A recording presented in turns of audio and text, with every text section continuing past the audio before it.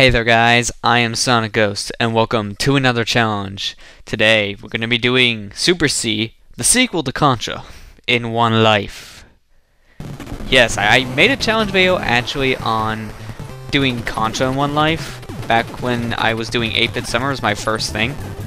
So I decided this time, why not make a sequel to that for the challenge series, and have Super C. Now don't expect any other Contra game, because I suck terribly at Contra 3. Contra 4, 1, hard to record that because it's a DS game, and 2, once again, pretty much suck at it unless it's on the easy mode. And also, the only other Contra game I have is Contra Rebirth on the Wii. Yeah, no promises on that one either. I might, like, LP the game maybe in the future or something, but it would be on easier difficulty and I would have someone with me. It wouldn't be a challenge video.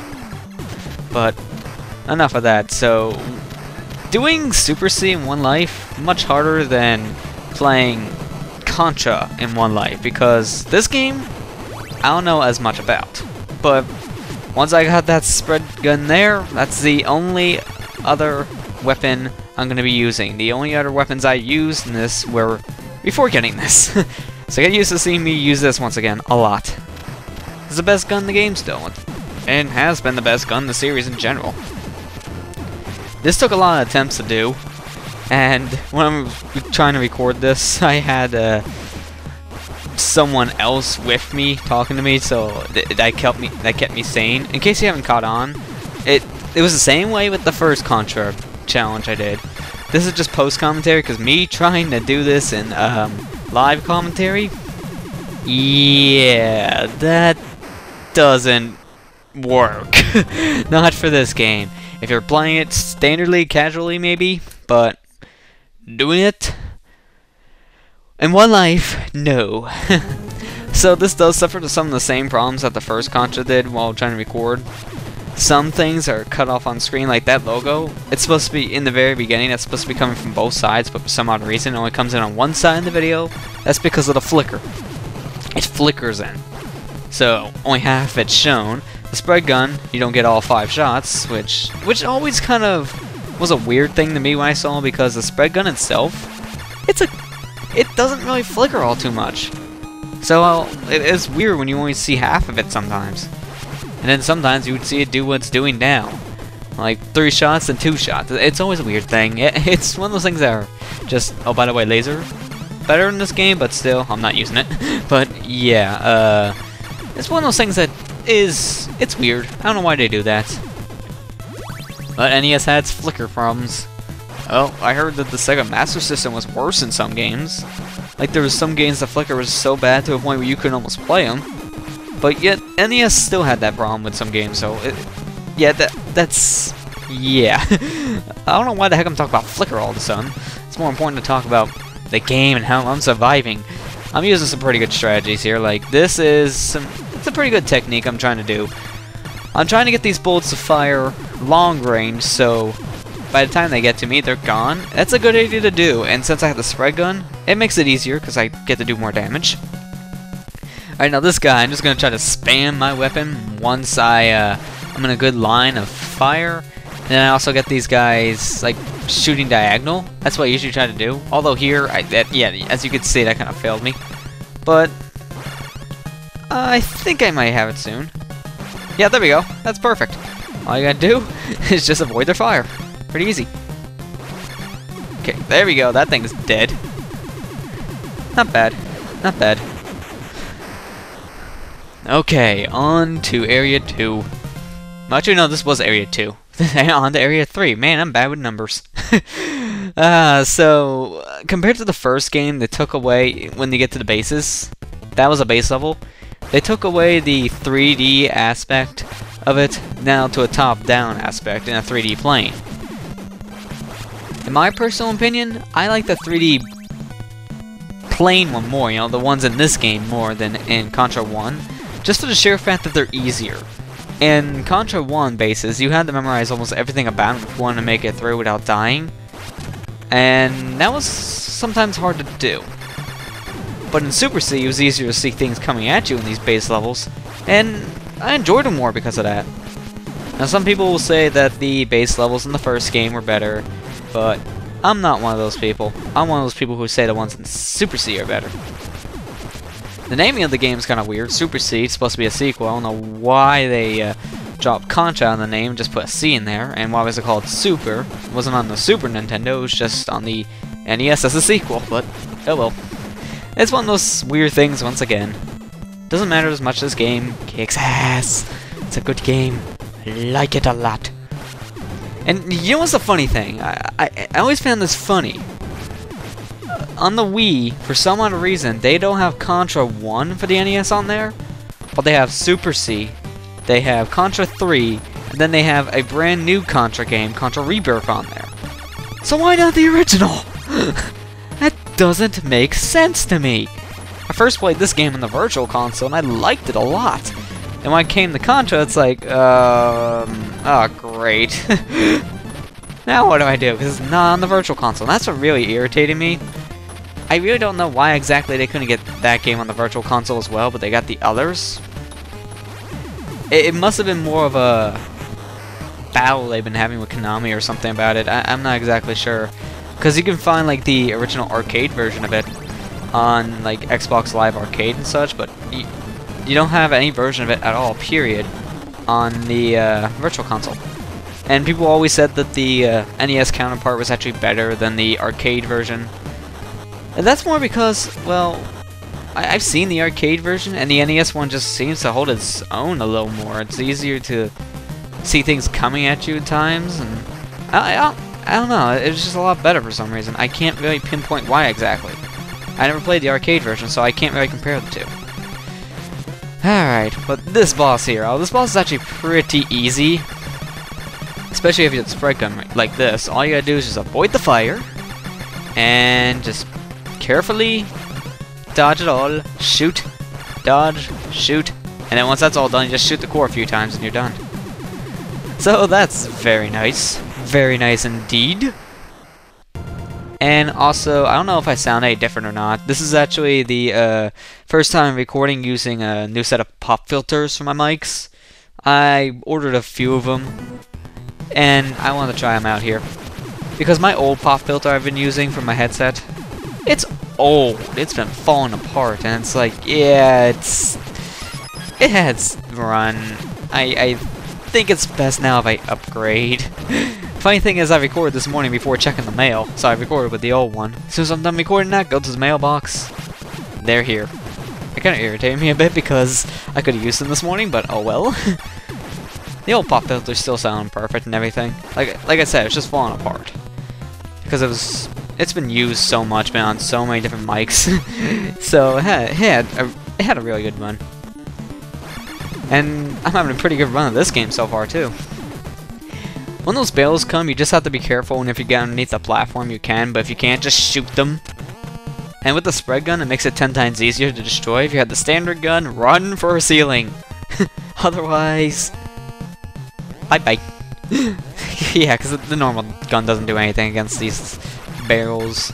They'll just do little to almost no damage by the time they hit the ground. Now this level is a pain. Not because of the fact that, well, it takes forever. It's the fact that if you die and get game over and gotta restart the level completely, yeah, you lose a great amount of progress. This is one of the levels that took me the longest time to complete during this one life run because of how many times I died here and then had to keep on redoing it. It got really annoying really fast because of that. So, yeah, there was like at least a good chunk of footage here in this level that I had to cut out because of all the times I had to restart completely. And I get so close to the end and something hits me. Mostly it's these little multicolored flying balls. They're weird enemies. But all you gotta do for the most part is just stand in the middle, shoot your spread gun, and you should be fine. Sometimes they'll be too far off on the sides of the screen, and either there you have to move and shoot them, or do what I do, which is more risky, and jump over and shoot down at them. Like I said, that tactic's a little more risky. So only do that if you really need to, or if you know for sure you're gonna hit them. Like, right here I know I can, because they're at a perfect distance where I can kill the two above it, and then I can still hit those ones without getting hurt. Ah, this cannon. This is easy. This is probably one of the easiest bosses in the game because once you destroy 1 or 2 sets of those lasers, well, for the most part you're good, but once doing that, it'll start going off screen more to the point where almost it did nothing when it gets to the other side of the screen. So, kind of something to be careful of, but like I said, this boss is easy, and with the spread gun, it does go down pretty fast. So there you go. That's that boss all taken care of. Next up is Area 5. Area 5 is actually a very unique level. It's actually a up-scrolling level, yes, just like the waterfall level in Contra 1, but you have slopes now. The slopes actually are pretty cool, and I like how they included this. It's a nice little small addition, but it's still awesome nonetheless. Now with a slope, you can't really duck down like you could before, but there was a little tactic you can do on a slope as well, which is basically the same exact thing as ducking, but you don't actually fully duck. And that's this. You kneel. I like that because it's pretty cool. It gives it a nice little extra touch. It just looks pretty cool. It's just as helpful, if not a little less helpful than a duck, but because of how the slopes are designed where the enemies are, you don't really notice a difference. You really don't. And I also like the music that plays here, I really do. Okay, now this part's mean. Jump right here, and then you get that rock spawning. If you try to jump over that gap before doing that, that rock will kill you. And that's really mean game placement, programming right there. It's really mean placement of that rock in the game, is what I was trying to say before without screwing it up. But, yeah. That's one of those things I kind of hated about that part, because it took me a couple playthroughs to realize that rock will always spawn there. So, if I just jump above it, I'll be safe. It took me a couple tries to figure that one out. Not in this run, though, but first couple times playing the game, I had to learn it the hard way. Now this boss can be kind of a pain, especially if you don't have the spray gun. What you gotta keep on doing is making sure that you destroy everything he's throwing at you. The UFO here is throwing at you, and just shoot the core. When you're shooting the core, also, for the most part, if you have the spray gun at least, hit out the little fur balls he sends out. So there you go. Now we're going from military base to alien base in Area 6. Area 6 is the second top-down level in the game, and it's actually, if I do believe, and I'm correct on this one, I do believe this one's actually a little shorter than the first one, but it's harder, obviously. Now, for the most part in this section, I completely avoid these mouths because they take a lot of shots to kill. They don't move for the most part, and for the most part on these things, you're completely safe. And I hate these enemies that are rolling around you, because if you don't have a good gun like the spread gun, yeah, they kill you pretty easily, and you can't kill them pretty easily. Now that spread gun's ideal for this part here because of how many of these things they throw at you, and also so is that weapon over there. The clear icon is a bomb. Touch it, everything on screen is destroyed. I wish I could actually use that here, but because of its placement, yeah, I couldn't really use it. Oh, stupid enemy. I killed you and you still try to kill me. Man. Alright, now this form is very, very easy. All you gotta do is just stand right in front of it and shoot. Even without the spray gun, that thing is just easy. With the normal gun, that thing is easy. But it doesn't end there. It actually has a second phase. Second phase is just as easy almost. It's just a little harder if you let his little tentacles there survive. Just shoot them. There you go. Dead. Just shoot at him, and you always destroy. He's spitting out you, and he's dead in an instant. Look, he didn't get to shoot out his second little tentacle there from the left. Easy. So with that, we move on to Area 8, the final area containing the final boss. Oh no, that was Area 7. That was next. Wow, I'm stupid. Dude, how am I this stupid? Okay. Area 7 is another one of those levels that do have these inclines so you can kneel, but it's not the whole entire level.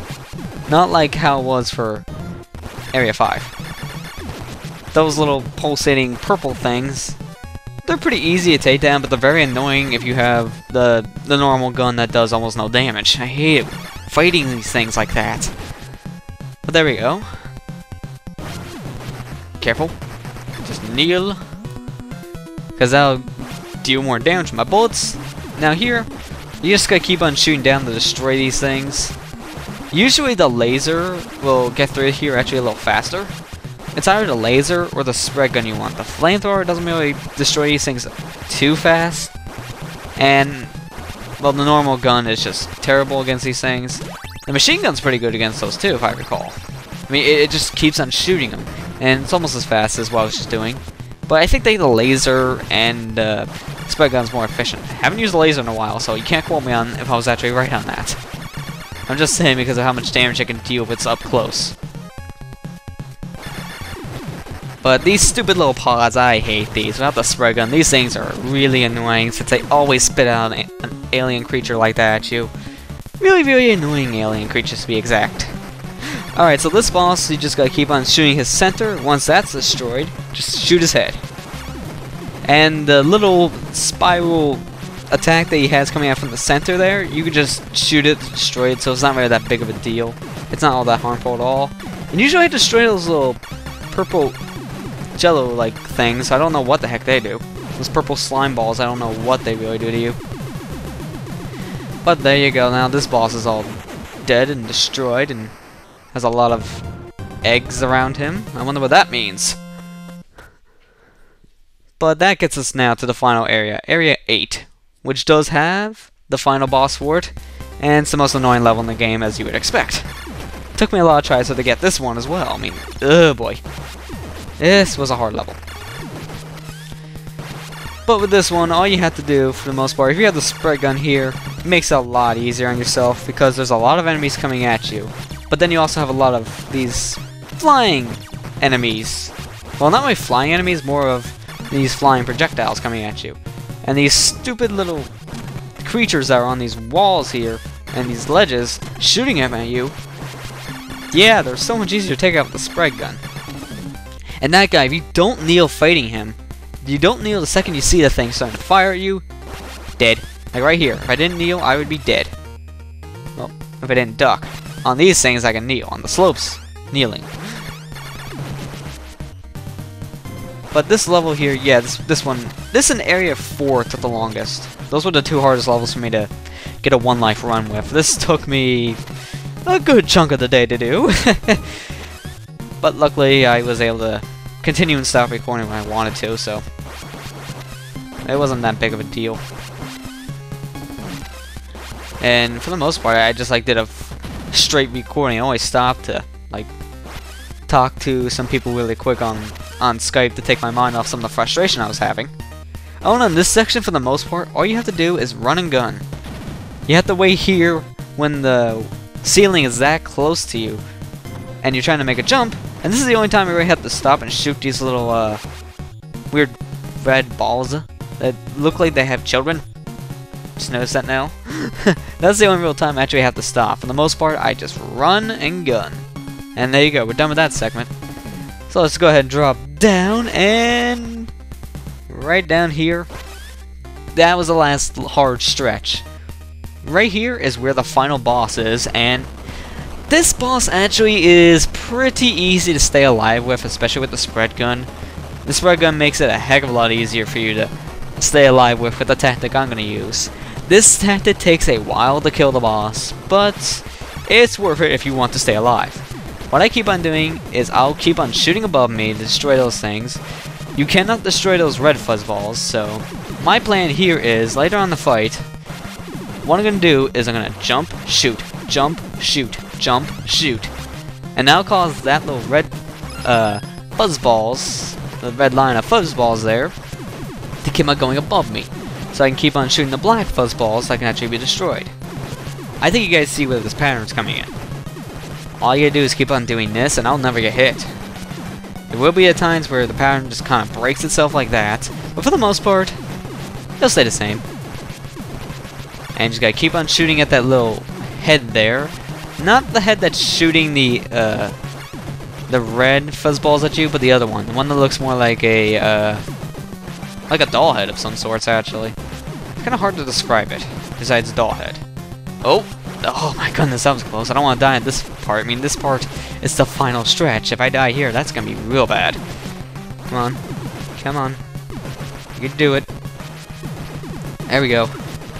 And this thing should almost be dead now. Like I said, this strategy does take a long time. The faster way to do it is just get right up close and personal, keep on shooting the thing, and just do your best to avoid all of this stuff coming at you, but that is the preferred way for me, since it'll keep me alive. And with that, we have beaten Super C, all in one life. And trust me, much harder than the first game to do that with. But there we go, all done. So we have staff credits. So you can take that as my full LP of this game as well. That and Contra, I've done a full LP technically in one video for a challenge video. 2 birds, 1 stone. Or should I say 2 games, 1 life. To be more exact. Ah, clever me. But there you go, hope you guys enjoyed this one. This was a lot of fun though, to put this together. And when I was recording this whole entire time, I was talking to people, so my frustration wasn't as bad actually trying to record the first one. And even with that, it wasn't as bad because, well, I enjoy the first Contra more than this one, but that's because of how much more I play it, and I know the game better. So when I was doing the video for that, I knew a lot more about it. So, but this one, same here, I always play this one a lot too, and I really enjoyed it. So, I hope you guys enjoyed this challenge video, and until next time, hope you guys enjoyed, and I'll see you guys next time.